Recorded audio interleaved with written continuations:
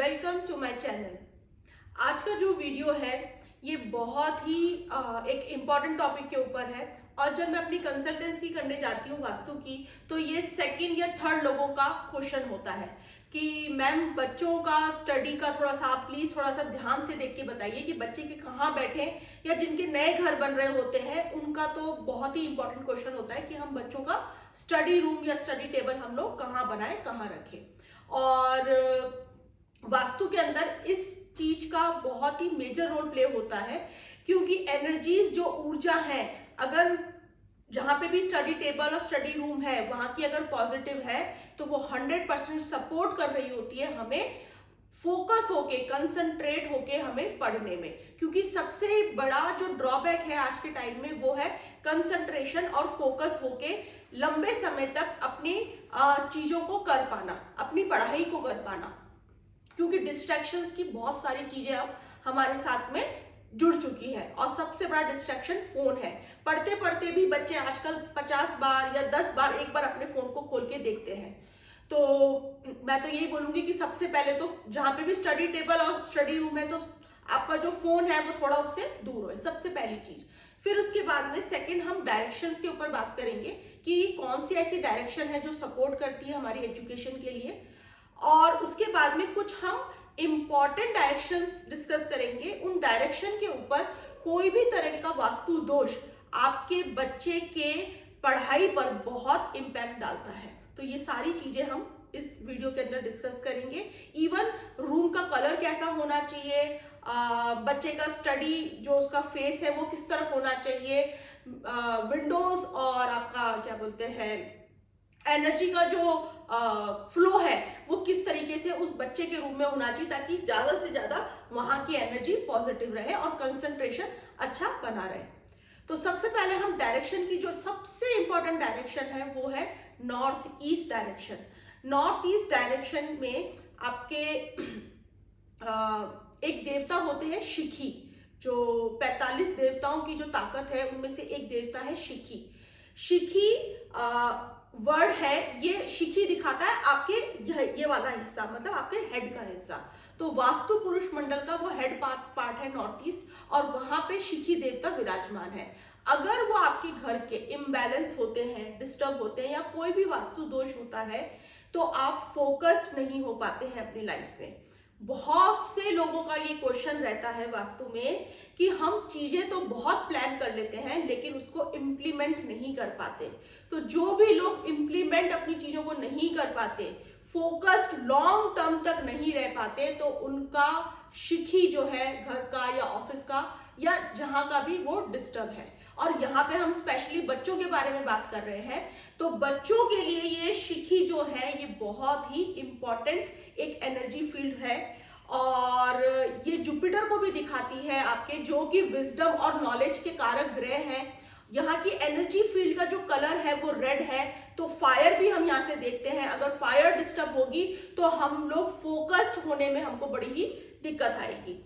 अब इम्बैलेंसेस क्या हो सकते हैं, जैसे कि बहुत सारा यहाँ पे स्टोरेज होना, यहाँ पे बहुत सारा जंक या क्लटर होना, यहाँ पे बहुत सारा इंटेंस आपका गंदगी होना, यहाँ पे बैड स्मेल आना, यहाँ पे गड्ढा होना, बहुत मतलब नीचे ऐसे उबड़ खाबड़ सा गड्ढा हो रहा है।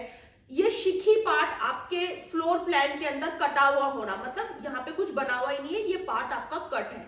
यहाँ पे WC टॉयलेट का प्रेजेंस भी अच्छी नहीं मानी जाती।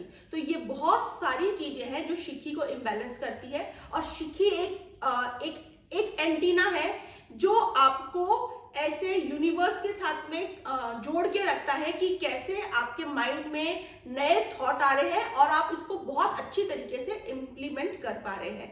तो जो लोग भी जिनको भी ये लगता है कि हम लोग फोकस नहीं हो पा रहे और अपनी चीजों को इम्प्लीमेंट नहीं कर पा रहे, और बच्चों के साथ में सबसे ज्यादा ये प्रॉब्लम रहती है जब उनकी 10th 11th 12th का जब टाइम होता है, तो सब्जेक्ट क्या लेना है, आगे कॉलेज कौन सा चूज करना है, या कौन से एरिया में जाना है, ये सबसे बड़ा कंफ्यूजिंग स्टेट होता है उन लोगों का।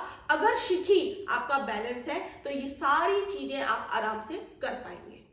फिर उसके बाद में हम बात करते हैं कि स्टडी रूम या स्टडी टेबल आपकी बेस्ट डायरेक्शंस क्या है। तो नॉर्थ ईस्ट में स्टडी रूम जो हायर एजुकेशन में है, जो 10th की बाद की एजुकेशन कर रहे हैं, नहीं होनी चाहिए, क्योंकि नॉर्थ ईस्ट डायरेक्शन कहीं ना कहीं आपको वैराग्य की, मतलब आपको डिटैचमेंट की फीलिंग देता है। तो अगर पढ़ाई से डिटैच होंगे तो वो चीजें चल नहीं पाएगी। ये बहुत इंपॉर्टेंट चीज है वास्तु के अंदर कि बहुत लॉन्ग टर्म तक आपका बच्चे की वहां पे स्लीपिंग या स्टडी टेबल या स्टडी रूम नहीं होना चाहिए जो हायर एजुकेशन कर रहे हैं। बेस्ट प्लेसमेंट है साउथ वेस्ट और वेस्ट की जो मिडिल की डायरेक्शन है, जिसको हम बोलते हैं वेस्ट साउथ वेस्ट, वो बेस्ट प्लेसमेंट है आपके स्टडी टेबल और आपका स्टडी रूम के लिए। लेकिन बाय द चांस अगर वहां पे आपको स्पेस नहीं मिल पा रही है या घर में वो स्पेस नहीं निकल पा रही है, तो एटलीस्ट वहां पे स्टोरेज नहीं होना चाहिए। वहां पे आपका कुछ भी आप रख सकते हैं, लेकिन वो भी वेल अरेंज हो वहां पर। और उसके बाद में आप अपने बच्चों की बुक्स, जो भी उनका बैग है, बुक्स हैं, जो भी वो पढ़ते हैं, वो सारी चीजें उनकी वहां पे रखी रहे। ये भी एक ऑप्शन आप कर सकते हैं। उसके बाद में वैसे ये टॉपिक बहुत लेंथी टॉपिक है, क्योंकि आजकल बहुत सारे वेरियस सब्जेक्ट्स आ गए हैं, वेरियस फील्ड आ गई है, तो हर एक डायरेक्शन की अपनी अपनी एक क्वालिटी है और वहां की ऊर्जा आपको सपोर्ट करती है उस एरिया में प्रमोट करने के लिए। एग्जाम्पल के लिए अगर आपका बच्चा कॉमर्स में है तो नॉर्दर्न डायरेक्शन उसके लिए बहुत अच्छी है पढ़ने के लिए।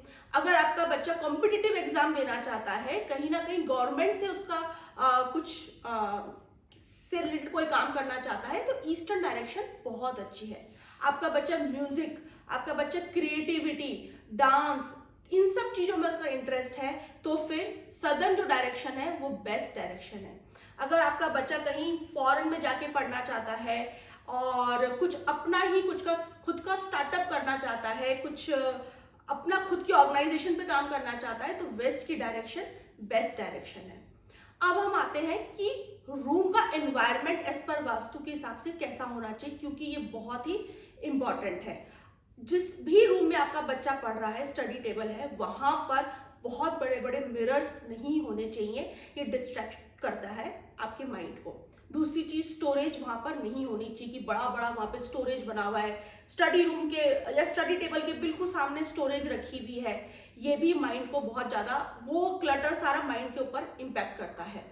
जो भी रूम हो वहां पे लाइट एंड एयर का सोर्स सबसे बेस्ट होना चाहिए। मतलब जो विंडोज हैं वो अगर ईस्ट में और नॉर्थ डायरेक्शन में अगर आ रही हैं, तो वो बड़ी विंडोज हो, वहां से प्रॉपर एयर आए, वहां से प्रॉपर लाइट आए, तो बहुत ही अच्छा एक एनर्जी का फ्लो रूम के अंदर क्रिएट होता है। इससे ऑक्सीजन लेवल बहुत अच्छी रहती है, जो कि माइंड को एकदम फुर्तीला रखती है, एकदम फटाफट क्विक रखती है, आलस नहीं आता इससे कि बीच बीच में मतलब पढ़ते पढ़ते आपको नींद आ रही है, आपको आलस आ रहा है। ये सारी की सारी चीजें जब होती है, या तो रूम के अंदर प्रॉपर लाइट नहीं है, प्रॉपर एयर नहीं है, बहुत सारा क्लटर है, बहुत सारे बड़े बड़े मिरर्स रखे हुए, कुछ ऐसी पेंटिंग्स लगी हुई है जो बहुत नेगेटिव एनर्जी को शो कर रही है कहीं ना कहीं से, ये सब कंफ्यूजन क्रिएट करेंगे माइंड में बच्चे के, उसको फोकस नहीं होने देंगे और बहुत ज्यादा बच्चे को लेथार्जिक फील होगा, आलस रहेगा उसको। तो ये बहुत मेजर पॉइंट है। उसके बाद में कलर्स का भी बहुत इंपॉर्टेंट रोल होता है। अगर आपको लग रहा है कि आपका बच्चा प्रॉपर कुछ एजुकेशन उसकी इतनी जितनी चलनी चाहिए अच्छी उतनी नहीं हो पा रही, तो आप एक बार कलर्स को चेक करिए। जो भी अगर बहुत इंटेंस कलर रूम में करा रखे हैं, जैसे कि पिंक, ग्रीन, येलो, रेड, ऐसे वॉलपेपर्स कलर्स, ब्राउन कलर, तो ये कुछ कुछ डायरेक्शन के लिए तो बहुत अच्छे होते हैं अगर फेवरेबल है तो। लेकिन अगर फेवरेबल डायरेक्शन में नहीं है तो ये बहुत डिजास्टर भी क्रिएट करते हैं। कई बार सिर्फ रूम का पेंट हटाने के बाद में भी बच्चों की एजुकेशन में मैंने बहुत अच्छे रिजल्ट देखे हैं। तो अगर ऐसे कलर्स लगे हुए हैं बच्चे के रूम में, तो आप प्लीज उसको रिमूव करिए, तो भी आप बहुत अच्छा इंप्रूवमेंट देखेंगे। तो इस तरीके से ओवरऑल पूरा वास्तु सपोर्ट करती है बच्चों के बेस्ट एजुकेशन को लेने के लिए। Thank you so much.